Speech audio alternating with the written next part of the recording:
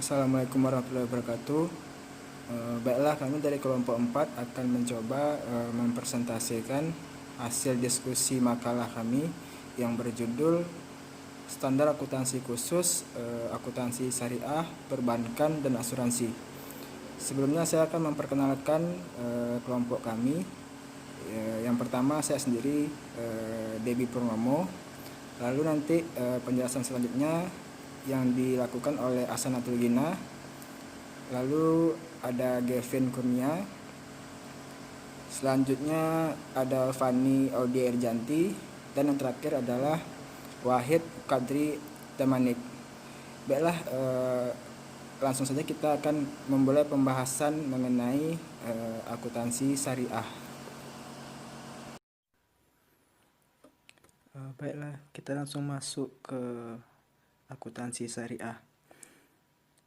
Sesuai dengan pengertiannya, akuntansi konvensional ataupun akuntansi syariah itu mengenai pengertiannya masih tetap sama, cuman dalam pengaplikasiannya akuntansi syariah menggunakan prinsip-prinsip akad syariah, yaitu tidak mengandung kezaliman, riba, masyir, gahar atau penipuan, atau barang yang haram yang membahayakan.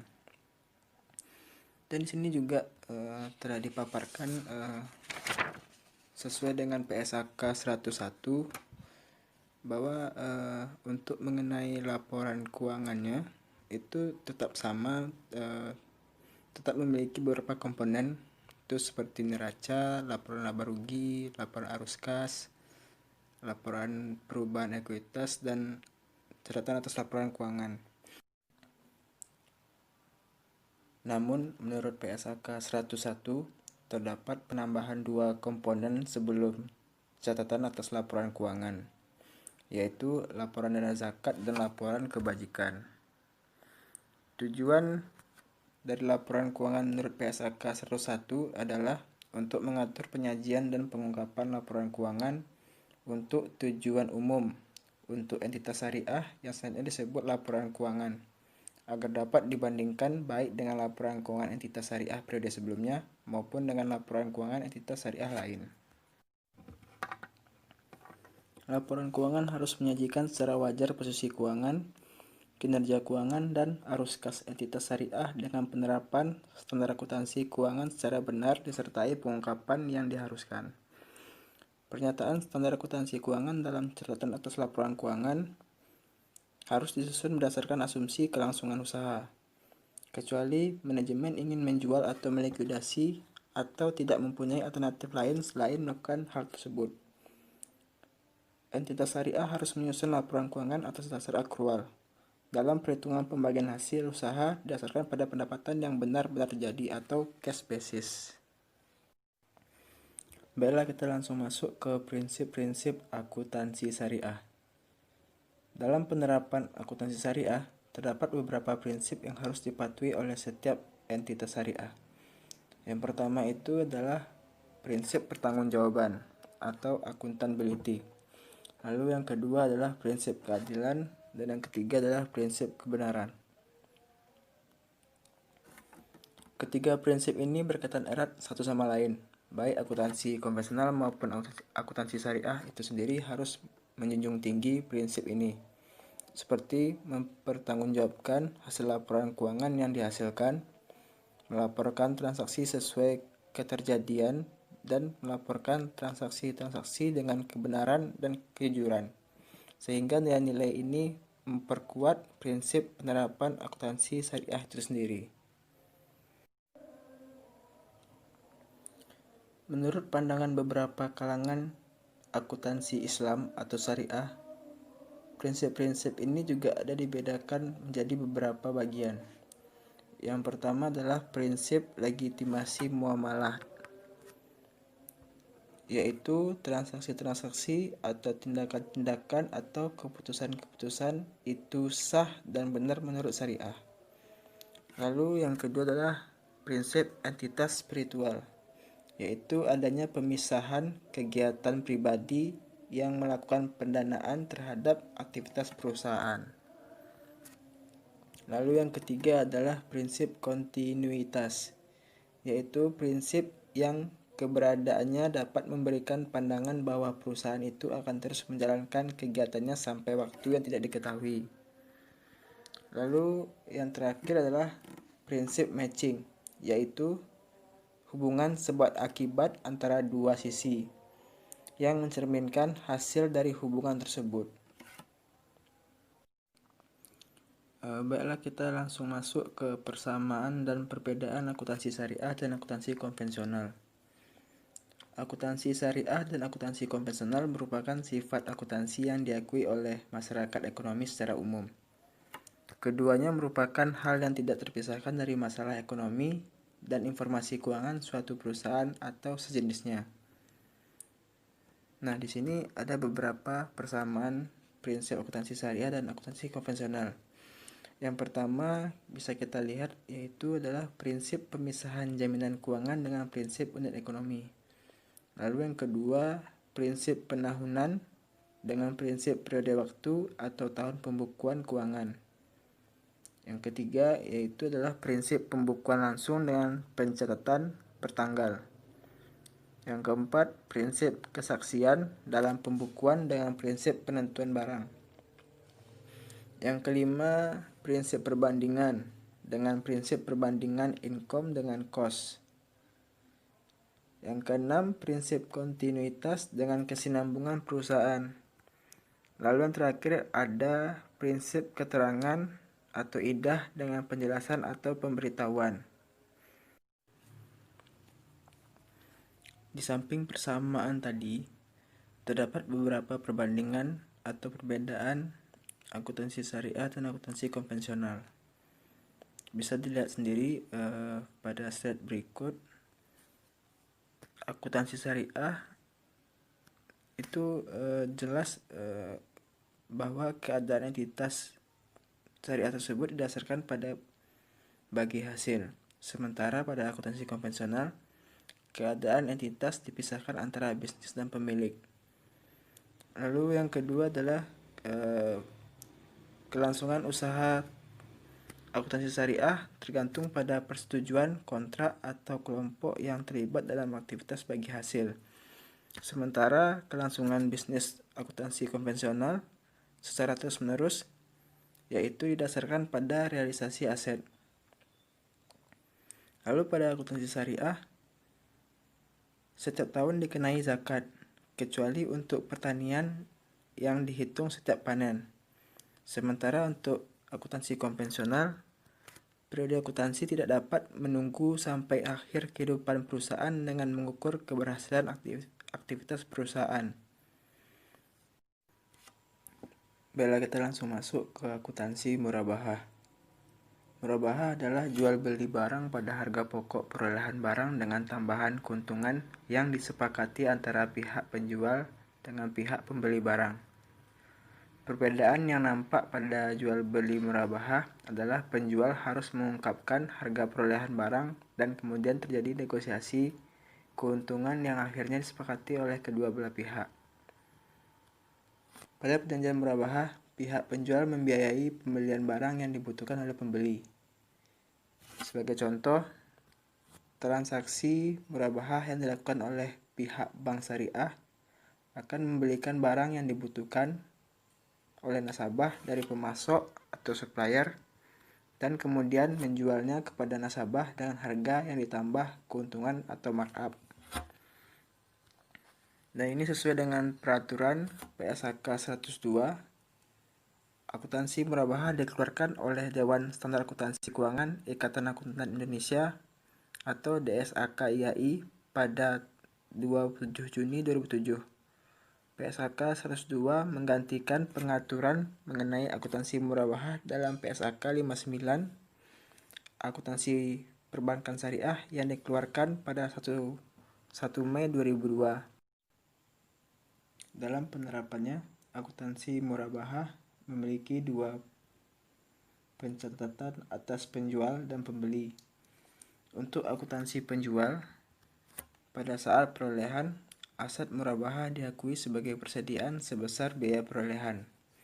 Sementara akuntansi untuk pembeli akhir, aset yang diperoleh melalui transaksi murabahah diakui sebagai atau sebesar biaya perolehan murabahah tunai. Selisih antara harga beli yang disepakati dengan biaya perolehan tunai diakui sebagai beban murabahah tangguhan.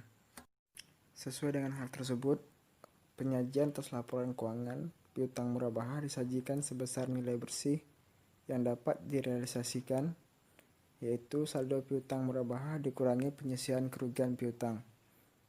Margin murabahah tangguhan disajikan sebagai pengurang piutang murabahah. Baiklah, itu saja yang dapat saya sampaikan. Selanjutnya mengenai pembahasan berikutnya akan dibahas oleh Hasanatul Gina. Assalamualaikum warahmatullahi wabarakatuh. Assalamualaikum warahmatullahi wabarakatuh. Perkenalkan, nama saya Hasanatul Gina. Saya akan melanjutkan pembahasan mengenai standar akuntansi syariah yang telah dijelaskan sebelumnya. Pertama, kita akan membahas mengenai akuntansi istisna yang diatur dalam PSAK 104. Istisna ini adalah transaksi jual beli antara pembeli yang disebut dengan al-mutasni dan produsen yang dianggap sebagai penjual yang disebut dengan asani. Nah, dalam akad ini, pembeli menugaskan produsen atau penjual untuk menyediakan barang pesanan, yang mana barang pesanan itu sesuai dengan spesifikasi dari pembeli. Nah, spesifikasi barang dan harga tersebut telah disepakati di awal akad, yang mana ketentuan harga barang tidak dapat berubah selama jangka waktu akad. Penjurnalan atas istisna ini tergantung dari transaksi yang terjadi, yang mana yang pertama tentunya ada transaksi mengenai biaya per akad. Nah, biaya dari istisna ini terbagi ada dua. Yang pertama ada biaya langsung dan yang kedua ada biaya tidak langsung. Nah, biaya langsung ini itu termasuk di dalamnya biaya bahan baku langsung, biaya tenaga kerja langsung, dan kalau biaya tidak langsung itu seperti biaya overhead, yang mana termasuk di dalamnya adalah biaya per akad dan biaya akad. Nah, biaya akad ini merupakan beban tangguhan yang mana akan diakui apabila nantinya terjadi akad.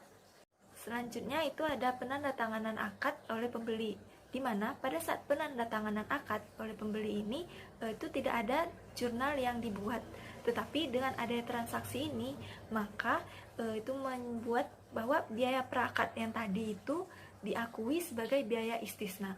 Dan pembuatan akad istisna ini paralel dengan pembuatan barang. Dan selanjutnya itu ada penerimaan dan pembayaran tagihan kepada penjual. Nah, di sini pembeli mengakui aset istisna dan sekaligus mengakui utang istisna kepada pembuat barang tersebut. Nah, adapun pengakuan pendapatan istisna ini terbagi dari dua metode. Yang pertama itu metode akad selesai dan yang kedua itu adalah metode persentase penyelesaian. Nah, metode akad selesai ini pendapatannya diakui ketika barangnya telah selesai.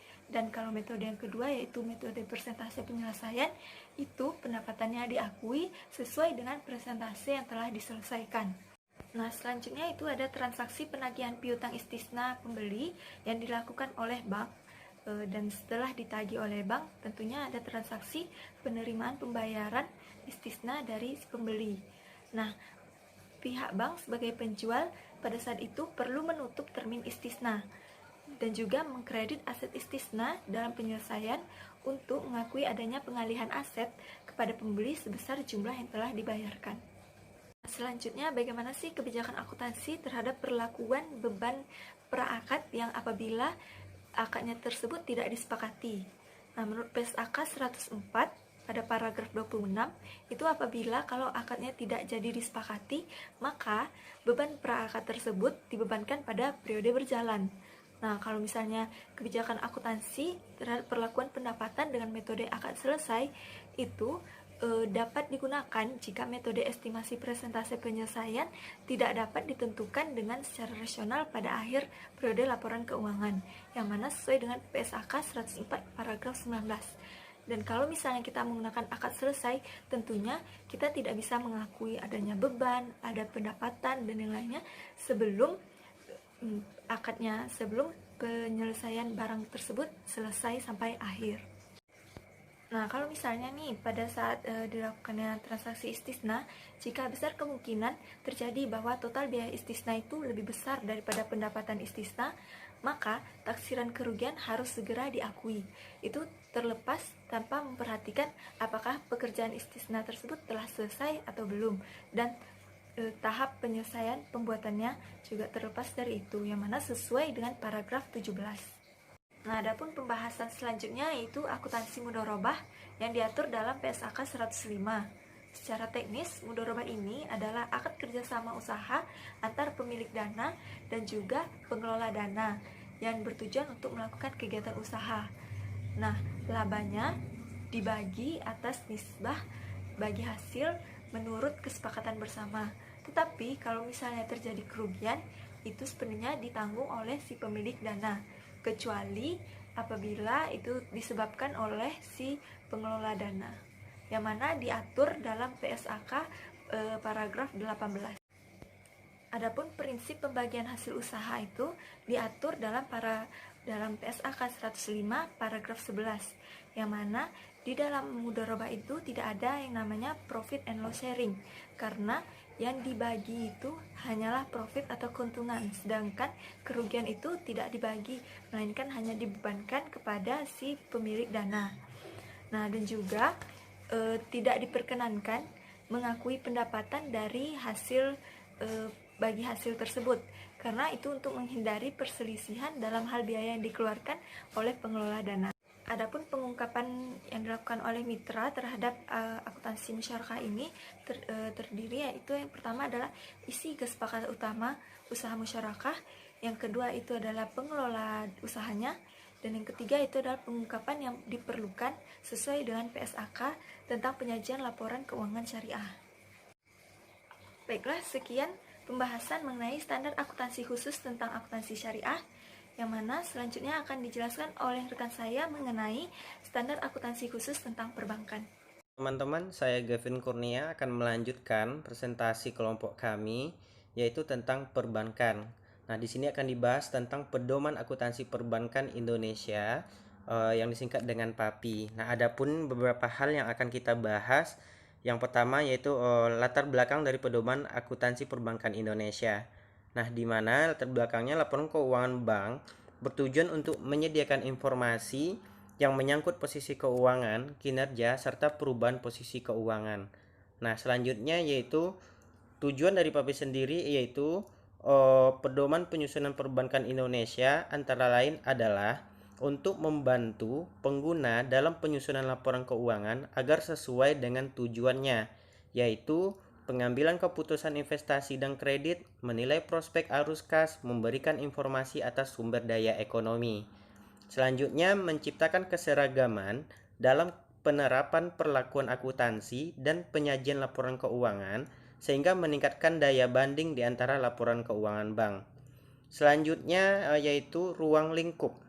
Nah, Pedoman Akuntansi Perbankan Indonesia berlaku untuk bank umum konvensional. Dalam hal bank umum konvensional mempunyai unit usaha syariah, maka unit usaha syariah tersebut menggunakan Pedoman Akuntansi Perbankan Syariah Indonesia. Selanjutnya yaitu acuan penyusunan. Nah, dalam acuan penyusunan, kerangka dasar penyusunan dan penyajian laporan keuangan, pernyataan standar akuntansi keuangan, dan interpretasi pernyataan standar akuntansi keuangan. Selanjutnya, ketentuan yang dikeluarkan oleh Bank Indonesia.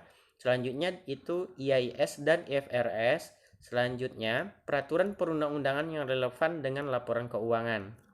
Terakhir, praktek-praktek akuntansi yang berlaku umum, kesepakatan antar negara, dan standar akuntansi negara lain. Selanjutnya, yaitu bangun prinsip akuntansi umum. Nah, perlakuan akuntansi atas suatu transaksi yang terjadi dalam bank harus dilakukan sesuai dengan prinsip akuntansi yang berlaku umum.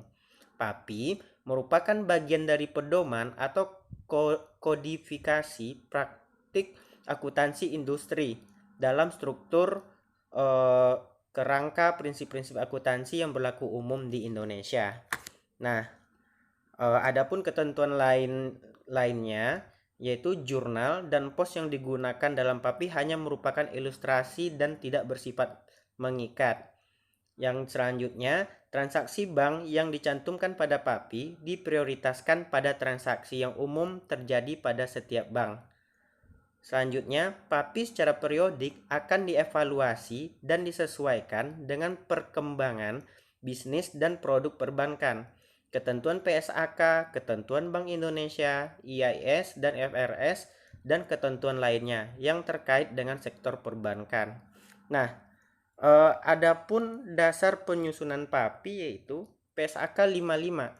Instrumen keuangan merupakan acuan utama dalam penyusunan PAPI 2008 dan dengan menerbitkan PSAK 71 yang akan menggantikan PSAK 55, maka tanpa disangsikan lagi PAPI 2008 harus direvisi. Nah, perbandingan cakupan instrumen keuangan. PSAK 71 akan menggantikan PSAK 55 berkenaan dengan instrumen keuangan. Maka yang pertama kali disimak adalah cakupan definisi mengenai instrumen keuangan. Secara konsep, hal ini pada gilirannya dapat mengakibatkan reklasifikasi item yang sebelumnya merupakan instrumen keuangan menurut PSAK 55 menjadi tidak termasuk instrumen keuangan menurut PSAK 71. Demikian pula sebaliknya. Selanjutnya yaitu perbandingan kategori instrumen keuangan menurut PSAK 55 dan PSAK 71. PSAK 55 membagi kategori instrumen keuangan berdasarkan instansi manajemen yang terdiri dari 4 kategori. Adapun keempat kategori tersebut adalah nilai wajar melalui laba rugi, biaya perolehan diamortisasi, piutang dan pinjaman tersedia untuk dijual.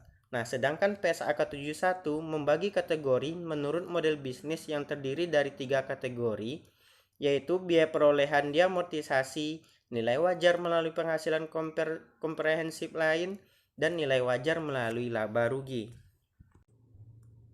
Nah, selanjutnya perbandingan perlakuan akuntansi instrumen keuangan untuk kredit, pengakuan dan pengukuran awal. PSAK 55 mensyaratkan pengakuan kredit pada saat bank menjadi salah satu pihak dalam contractual party. Adapun PSAK 71 menganut prinsip risk and reward, di mana pengakuan kredit mensyaratkan bank telah terekspos secara efektif dari perjanjian kredit. Nah, PSAK 55 mensyaratkan pengukuran awal berdasarkan klarifikasi kategori berdasarkan intensi manajemen, sedangkan PSAK 71 memberi panduan bahwa pengukuran awal kredit hanya berdasarkan nilai wajar. Dalam hal ini adalah nilai historis. Nah, selanjutnya yaitu perbandingan perlakuan akuntansi instrumen keuangan untuk kredit pengukuran setelah pengukuran awal. Nah, perbandingan kategori kredit menurut PAPI 2008 dengan PSAK 71 yaitu PSAK 55 terdiri dari beberapa kategori aset keuangan, yaitu diukur pada nilai wajar melalui laporan laba rugi, dimiliki hingga jatuh tempo, tersedia untuk dijual, dan pinjaman yang diberikan dan piutang. Nah, sedangkan pengukurannya yaitu sebesar nilai wajar kredit yang pada saat pengukuran awal, pengakuan awal sama dengan harga transaksi, yaitu sebesar pokok kredit yang dicairkan. Sebesar nilai wajar kredit yang pada saat pengakuan awal yang sama dengan harga transaksi, yaitu sebesar pokok kredit yang dicairkan dikurangi atau ditambah pendapatan dan atau beban yang dapat didistribusikan secara langsung pada pemberi kredit tersebut. Nah, sedangkan pada PSAK 71, kategori aset keuangan itu sendiri, kredit merupakan aset keuangan yang diukur pada biaya perolehan diamortisasi karena memenuhi 2 kondisi berikut, yaitu tujuan bank memberikan kredit dalam rangka mendapatkan arus kas kontraktual dan persyaratan kontraktual kredit pada tanggal tertentu, meningkatkan arus kas yang semata dari pembayaran pokok dan bunga dari jumlah pokok terutang. Nah, sedangkan pengukuran dalam PSAK 71 yaitu biaya perolehan diamortisasi. Nah, Selanjutnya, perbandingan pengungkapan atau disclose credit. PSAK 71 meminta bank untuk mengungkapkan penurunan nilai kredit secara lebih komprehensif baik dari sisi kuantitatif maupun kualitatif. Nah, pada segi kuantitatif yaitu terdapat beberapa rekonsiliasi dari saldo awal hingga saldo penutupan, penjelasan perubahan nilai tercatat bruto kredit, nilai tercatat bruto per kredit risk grade, dan penghapusan bukuan modifikasi. Nah, sedangkan pada kualitatif, input asumsi yang teknik yang digunakan dalam menentukan kerugian kredit ekspektasian dan input asumsi dan teknik yang digunakan dalam menentukan kenaikan signifikan pada risiko kredit yang gagal bayar. Selanjutnya yaitu asumsi dan teknik yang digunakan dalam menentukan kredit impaired. Nah, selanjutnya kita akan membahas tentang pernyataan standar akuntansi keuangan PSAK 71. Nah, di sini juga akan kita bahas mengenai pendahuluan dari PSAK 71 ini, yaitu Dewan Standar Akuntansi Keuangan merilis 3 pernyataan standar akuntansi keuangan baru. Ini merupakan bagian dari usaha otoritas untuk mengadopsi sistem dari International Finance Reporting Standard yang dikeluarkan oleh otoritas akuntan internasional. Nah, sejatinya peraturan tersebut sudah diterbitkan sejak tahun 2017. Namun, pada tahun 2020 ini PSAK 71 sudah wajib diterapkan. Nah, selanjutnya yaitu pernyataan standar akuntansi keuangan 71. Pernyataan standar akuntansi keuangan 71 memberikan panduan tentang pengakuan dan pengukuran instrumen keuangan, standar yang mengacu kepada International Finance Reporting Standard 9. Ini akan menggantikan PSAK 55 yang sebelumnya berlaku. Nah, adapun perbedaan PSAK 71 dan PSAK 55 yaitu PSAK 71 tentang pembentukan cadangan kerugian penurunan nilai aset keuangan dengan konsep expected loss sudah berlaku per 1 Januari 2020. PSAK 71 yang mengadopsi International Finance Reporting Standard 9 akan menggantikan PSAK 55 yang pembentukan cadangan kerugian menggunakan metode incurred loss. Nah, dampak penerapan PSAK 71 bagi perbankan yaitu PSAK 71 memang baru berlaku pada 2020, namun terlihat dampaknya yang signifikan yakni tak hanya pada rugi laba, tapi juga berdampak pada stakeholder value atau penurunan modal sekitar 20% sampai 30%. Bank-bank diharapkan menyiapkan diri sejak dini. Di samping itu, implementasi PSAK 71 akan menggerus modal bank. Nah, antisipasi penerapan PSAK 71 ini yaitu pada dasarnya akan memberikan dampak kepada perbankan untuk meminimalisir terjadinya dampak buruk dari implementasi PSAK 71 tersebut.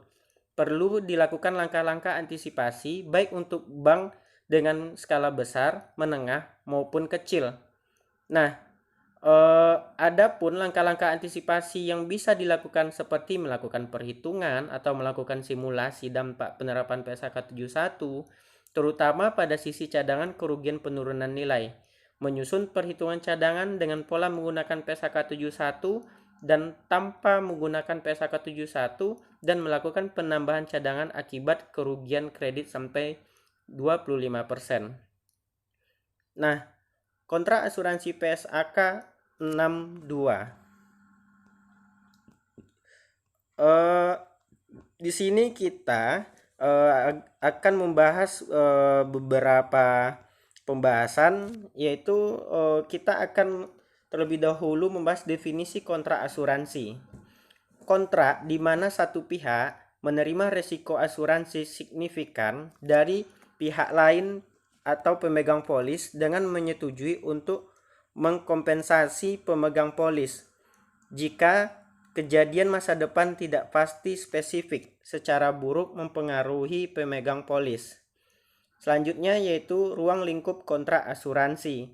1. Kontrak asuransi termasuk kontrak reassurance yang diterbitkan dan kontrak reassuransi yang dimiliki intensitas. 2. Instrumen keuangan yang diterbitkan entitas dengan fitur partisipasi tidak mengikat hak kontraktual untuk penerima sebagai tambahan dari manfaat yang dijamin.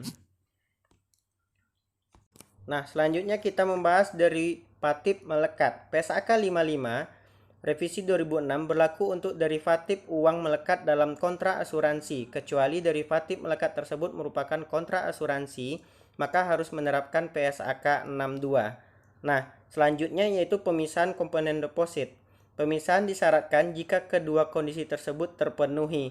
Insurer dapat mengukur komponen deposit secara terpisah. Yang kedua, kebijakan akuntansi insurer sebaliknya tidak mensyaratkan untuk mengakui seluruh hak dan kewajiban yang muncul dari komponen deposit. Selanjutnya, pemisahan diizinkan tapi tidak disyaratkan jika insurer dapat mengukur komponen deposit secara terpisah seperti tersebut pada A1. Yang terakhir, pemisahan tidak diizinkan jika insurer tidak dapat mengukur komponen deposit secara terpisah seperti yang disebut pada A1. Selanjutnya yaitu tes kecukupan liabilitas. PSAK 62 mensyaratkan insurer untuk melakukan tes kecukupan liabilitas atas kontrak asuransi. Nah, penurunan nilai aset reasuransi. PSAK 62 mengatur penurunan nilai aset reasuransi pada kontrak asuransi jika aset reasuransi Cidan turun nilainya. Cidan mengurangi nilai tercatat sesuai dengan nilainya dan mengakui kerugian penurunan nilai tersebut dalam laporan laba rugi. Selanjutnya yaitu shadow accounting. Penyesuaian terkait atas liabilitas asuransi atau biaya akuisisi tangguhan dan aset tak berwujud diakui dalam pendapatan komprehensif lain jika dan hanya jika keuntungan atau kerugian yang belum terrealisasi diakui dalam pendapatan komprehensif lain. Nah, adapun contoh-contoh kontrak asuransi yaitu asuransi atas kehilangan atau kerusakan properti, asuransi atas produk, liabilitas profesional, sipil atau beban-beban hukum, dan lain-lain. Selanjutnya yaitu DE PSAK 74 atau kontrak asuransi. Nah, PSAK 28 akuntansi kontrak asuransi kerugian dan PSAK 36 akuntansi kontrak asuransi jiwa. Pada ruang lingkup DE PSAK 74 standar tersebut diterapkan untuk kontrak asuransi, kontrak reasuransi milikan, dan kontrak investasi dan fitur partisipasi diskresioner. Nah, selanjutnya kita akan membahas tentang akuntansi kontrak asuransi kerugian PSAK 28. Nah, PSAK 28 akuntansi asuransi kerugian revisi 2012. Pernyataan PSAK 28 bertujuan untuk mengatur bagaimana perlakuan akuntansi dalam pengakuan dan pengukuran transaksi yang berkaitan secara khusus pada perusahaan asuransi kerugian. Pernyataan standar akuntansi keuangan mengenai akuntansi asuransi kontrak kerugian ini dimaksudkan untuk menjembatani antara standar akuntansi keuangan lainnya dengan praktek akuntansi asuransi. Nah, selanjutnya karakteristik akuntansi asuransi. Asuransi kerugian pada hakikatnya adalah suatu sistem proteksi menghadapi risiko kerugian finansial dengan cara pengalihan risiko kepada pihak lain, baik secara perorangan maupun secara kelompok dalam masyarakat. Nah, definisi asuransi kerugian ini adalah suatu sistem proteksi menghadapi risiko kerugian finansial dengan cara mengalihkan atau transfer risiko kepada pihak lain, baik secara perorangan maupun secara kelompok dalam masyarakat. Nah, pihak-pihak yang terlibat dalam asuransi kerugian yaitu pihak tertanggung yang berjanji akan membayar uang premi kepada pihak penanggung sekaligus atau pengangsur. Selanjutnya pihak penanggung yang akan berjanji akan memberikan proteksi tertanggung yang menerima proteksi. Selanjutnya insurance broker, yaitu pihak ketiga selain penanggung dan penanggung yang bergerak secara independen yang mempertemukan pihak penanggung dan tertanggung. Nah, perusahaan reasuransi yaitu perusahaan yang menerima pertanggungan ulang dari perusahaan asuransi atas sebagian atau keseluruhan risiko yang telah atau tidak dapat ditanggung kembali oleh perusahaan asuransi. Nah, karakteristik perusahaan asuransi kerugian yaitu perusahaan asuransi memiliki kekhususan kegiatan tersendiri dari perusahaan lainnya. Menurut Darmawi, terdapat 4 karakteristik khusus yang hanya dimiliki oleh perusahaan asuransi, yaitu kegiatan umum yang merupakan pendukung kegiatan utama, kegiatan produksi dan pemasaran sebagai perusahaan lainnya, kegiatan produksi dan pemasaran, kegiatan yang berkaitan dengan keuangan dan akuntansi. Nah, adapun fungsi dan manfaat asuransi kerugian, yaitu fungsi utama asuransi kerugian yaitu pengalihan risiko, wadah dana bersama. Nah, sedangkan manfaat asuransi memberikan rasa aman, melengkapi persyaratan kredit, mempercepat laju pertumbuhan ekonomi, mengurangi biaya modal, menjamin stabilitas usaha, dan memastikan biaya untuk risiko usaha. Nah, selanjutnya akan dijelaskan oleh teman saya. Baiklah teman-teman, saya Fani Audiarjanti. Saya akan melanjutkan tentang akuntansi asuransi jiwa yang menurut PSAK 36, di mana meliputi dari definisi dari asuransi jiwa, pendapatan, beban, liabilities, dan pengungkapan. Yang pertama, saya akan menjelaskan dulu bagaimana definisi asuransi jiwa. Definisi asuransi jiwa menurut Asosiasi Asuransi Jiwa atau AAJI adalah program perlindungan dalam bentuk pengalihan risiko ekonomis atas meninggal atau hidupnya seseorang yang dipertanggungkan asuransi jiwanya, diatur dalam PSAK 36, di mana berisi tentang akuntansi kontrak asuransi yang disahkan pada 11 Desember tahun 2012. Tujuan dari PSAK 36 itu melanjutkan atau melengkapkan dari pengaturan dari PSAK 62 mengenai kontrak asuransi.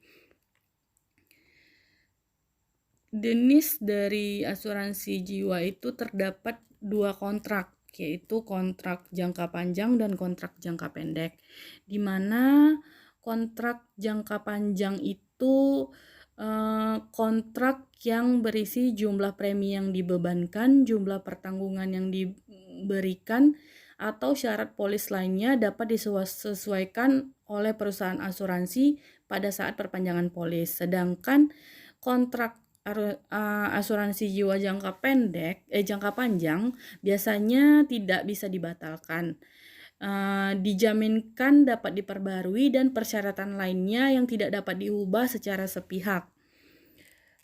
Selanjutnya saya akan menjelaskan tentang pendapatan. Pendapatan di sini yang bisa menjadi pendapatan bagi insurer atau asuransi adalah sebagai berikut. Yang pertama, premi kontrak asuransi jangka panjang. Premi kontrak asuransi jangka panjang ini merupakan premi yang diakui sebagai pendapatan dalam periode kontrak sesuai dengan proporsi jumlah proteksi asuransi yang diberikan. Sedangkan premi selain kontrak asuransi jangka pendek yaitu premi yang diakui sebagai pendapatan pada saat jatuh tempo dari pemegang polis. Sedangkan pendapatan lainnya terdiri atas komisi reasuransi dan komisi keuntungan reasuransi yang diakui sebagai pendapatan lain. Yang selanjutnya yaitu beban.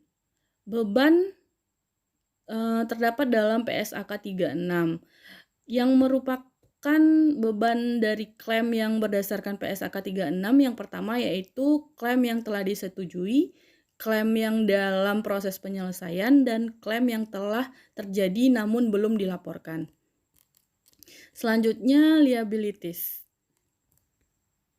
Liabilities terdiri atas liabilities manfaat polis masa depan, di mana liabilities manfaat polis masa depan ini dinyatakan dalam laporan posisi keuangan berdasarkan perhitungan aktuaria.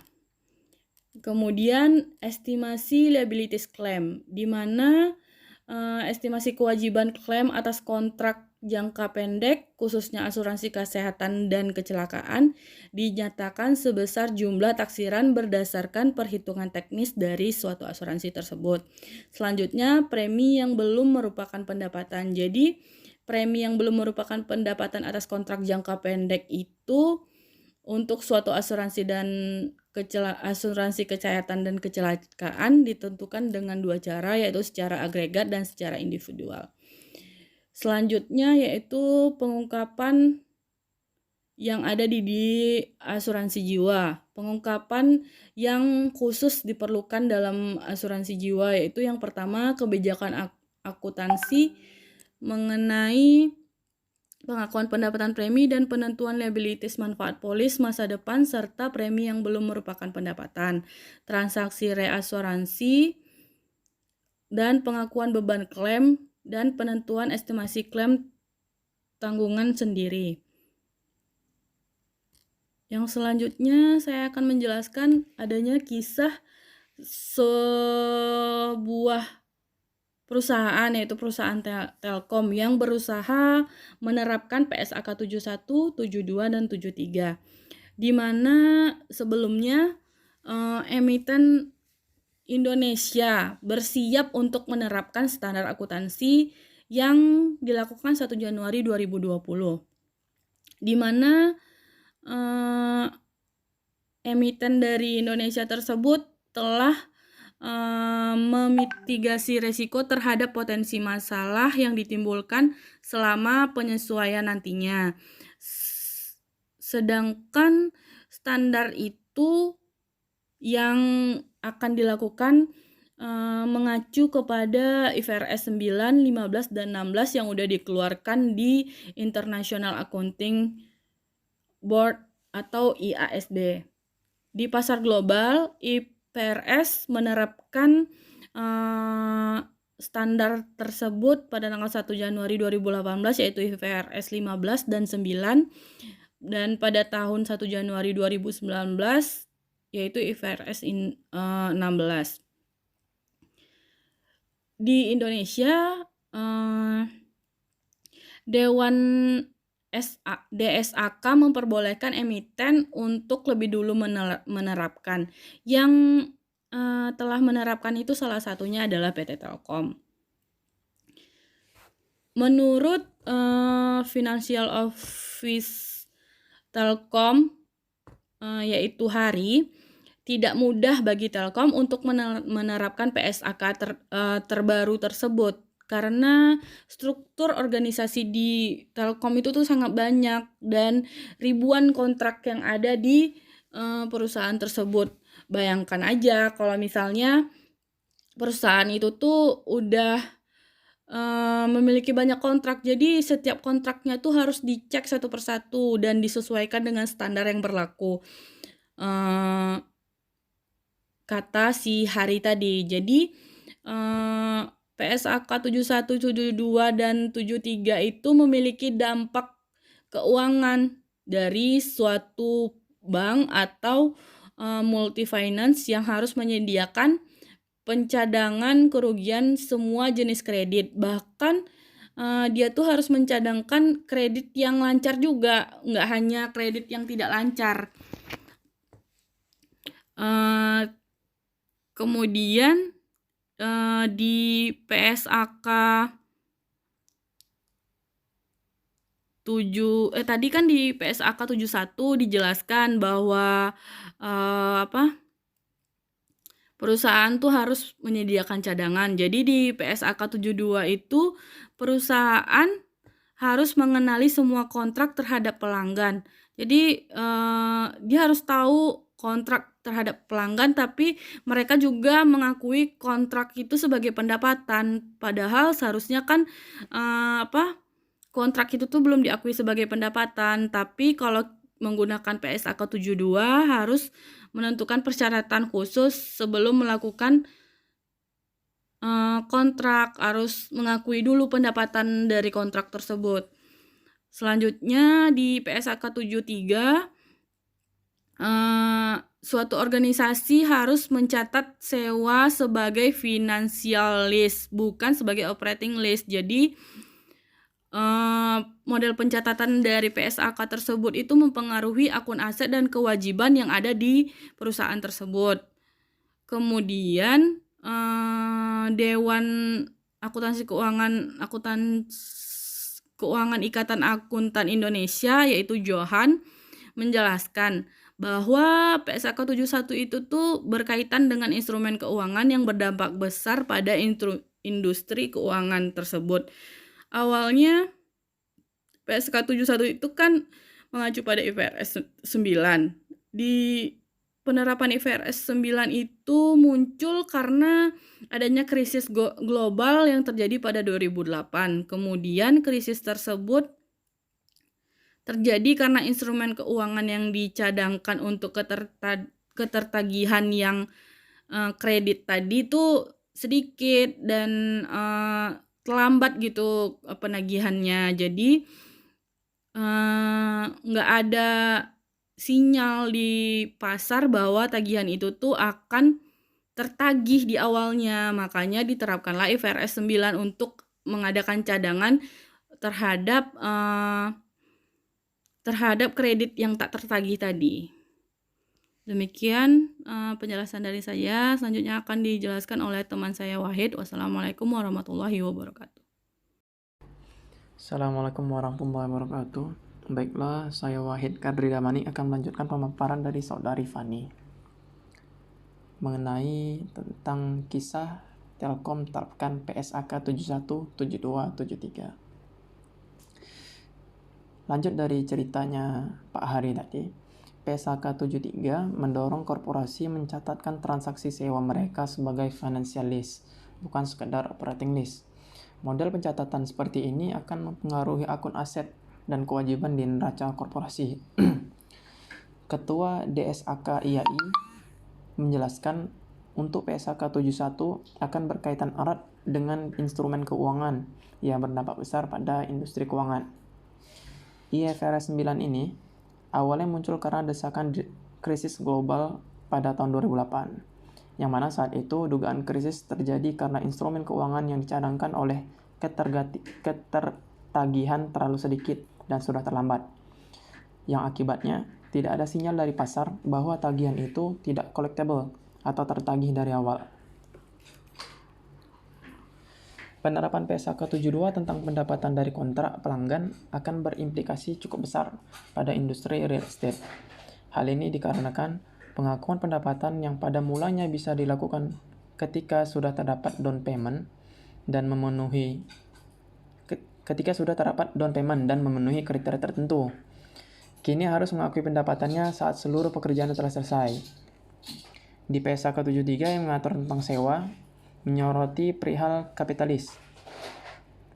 Pada PSAK sebelumnya, kapitalis yang memiliki opsi buyback akan dicatat ke dalam laporan keuangan, dan beban akan dianggap sebagai beban amortisasi.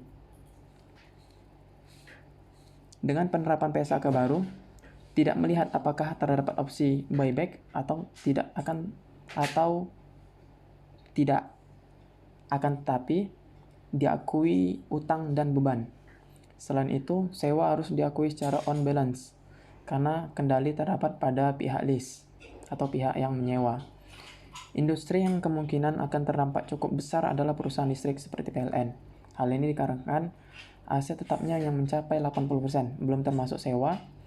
Implikasinya adalah debt to equity ratio-nya sangat tinggi. PSAK 71 tentang instrumen keuangan menekankan pada penurunan piutang yang menggunakan konsep expected credit loss atau ECL. Konsep ini memadukan berbagai skenario ekonomi seperti historical, present, dan forward looking. ECL digunakan untuk sebagai upaya pemetaan kreditur terhadap kesanggupan bayar dari debitur. Begitu juga dengan PSAK 55 yang berlaku saat ini, yaitu cadangan akan diadakan apabila ada kerugian yang timbul dari suatu kejadian atau incurred loss. Jika tidak ada kejadian, maka tidak dicadangkan. Sementara perubahan di PSAK 71 yang sudah aktif per 1 Januari 2020 ini berlandaskan pada kerugian yang prediksi atau expected loss. Dengan begitu, standar ini memitigasi risiko kerugian perusahaan akibat kurangnya cadangan keuangan. Dalam PSAK 71, begitu perusahaan meminjamkan uang, itu sudah harus dimulai dicadangkan, karena tidak 100% bisa tertagih. Sehingga perubahan dari PSAK 55 ke PSAK 71, pencadangan akan lebih besar dengan maksimum 30% dari besaran cadangan. Masalahnya, penerapan PSAK 71 tidak hanya mengacu pada data historis, namun harus melihat kemungkinan yang terjadi ke depan, termasuk beberapa pencadangan kerugian yang perlu dipersiapkan. Inilah yang butuh usaha signifikan dari perbankan dan industri keuangan lain untuk melihat kemungkinan ke depan. Selanjutnya, untuk PSAK 72, apabila infrastruktur tidak disiapkan dari sekarang, kemungkinan tsunami besar yang akan berdampak di perusahaan yang menjual produk perumahan. Sekarang masih ada perusahaan yang masih dapat menjual unit perumahan sebelum membangun konstruksi. Namun, dengan standar yang baru ini, tidak dapat dilakukan lagi, ujarnya. Dengan begitu, apabila tadinya perusahaan dapat mengakui pendapatan sebelum adanya konstruksi, ke depan pendapatan hanya bisa diakui ketika serah terima saat perumahan telah selesai dibangun. Dampak bagi penerapan PSAK 73 akan berkaitan dengan transaksi sewa. Financial Service Industry Leader Deloitte Indonesia, Rosita Uli Sinaga menjelaskan, dengan standar ini, perusahaan harus mencatat aset dan hutang dalam laporan keuangan. Misalnya, keuangan sehingga neraca keuangan menjadi seimbang. Misalnya, kita punya perusahaan penerbangan yang selama ini tidak pernah ada di neraca keuangan. Seolah-olah pengaruh kita masih besar, rasio hutang terhadap kuantitas masih kecil. Tapi sebenarnya kita membohongi diri sendiri, sebab kita punya komitmen untuk bayar sewa jangka panjang 10 tahun yang tidak dicatatkan. Rosita menilai PSAK 73 akan merefleksikan kondisi yang sebenarnya dari suatu perusahaan. Dengan demikian, standar ini akan menghasilkan informasi keuangan yang bisa dipakai untuk manajemen sehingga keputusan yang diambil akan menjadi lebih tepat. Jadi, nanti di laporan keuangan itu apa adanya. Ibarat wajah, kalau ada jerawat ya kelihatan. Jangan diphotoshop, kata Ibu Rosita tadi. Jadi analisis kasus dari kisah PT Telkom terapkan PSAK 71, 72, 73 adalah pada saat pengaplikasian PSAK 72, perusahaan mengalami penyesuaian yang agak rumit dikarenakan pada umumnya perusahaan biasanya sudah mengakui pendapatan apabila ada DP atau down payment. Tapi sekarang dengan adanya penerapan PSAK 72 yang terbaru, perusahaan harus mengakui pendapatan tersebut pada saat pekerjaan selesai dilakukan. Oleh karena itu akan berakibat pada laporan keuangan perusahaan. Untuk mengurangi dampak yang terjadi, perusahaan melakukan pemeriksaan ulang dan evaluasi terhadap prosedur bisnis perseroan, serta menjaga posisi piutang selalu dalam posisi performing atau lancar, sehingga biaya pencadangan piutang dapat diminimalkan. Sedangkan untuk PSAK 73 ini mendorong korporasi mencatatkan transaksi sewa mereka sebagai financial lease, bukan sekadar operating lease. Model pencatatan ini akan mempengaruhi akun aset dan kewajiban di neraca korporasi, sehingga perusahaan akan mengalami penyesuaian yang besar terhadap hal ini, terutama perusahaan real estate, jaringan telepon, seperti perusahaan Telkom tersebut.